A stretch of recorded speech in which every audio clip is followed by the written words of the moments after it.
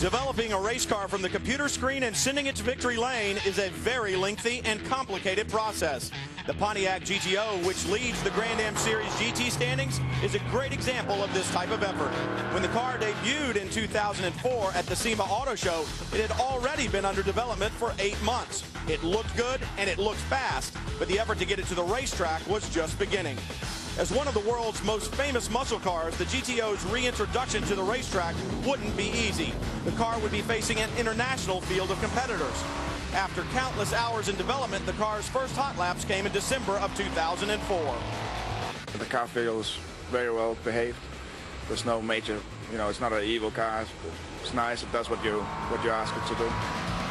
However, this car, dubbed 001, was just a test car. It would never race. It was developed solely to provide a base for future GTO race cars. Back in Detroit, the evolution of the race car was heating up.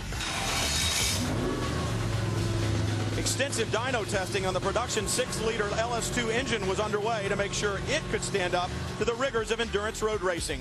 Across town at Pratt & Miller, a noted auto engineering and manufacturing company, the second and third chassis were being built. Hundreds of hours were spent on this process, every weld a lesson in perfection. At the same time, handmade parts from ship levers to body panels were being built.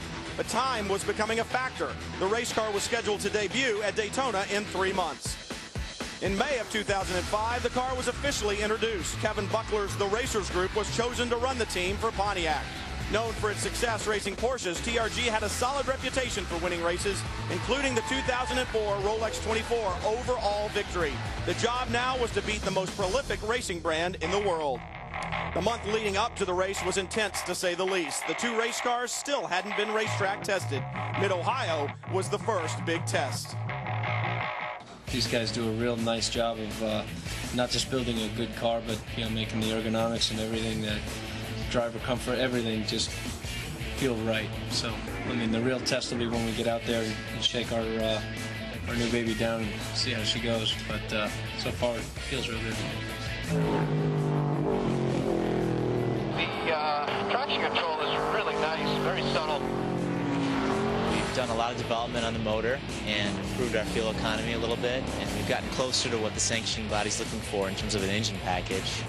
We actually had to detune the engine pretty substantially to fall into the Grand American torque curve.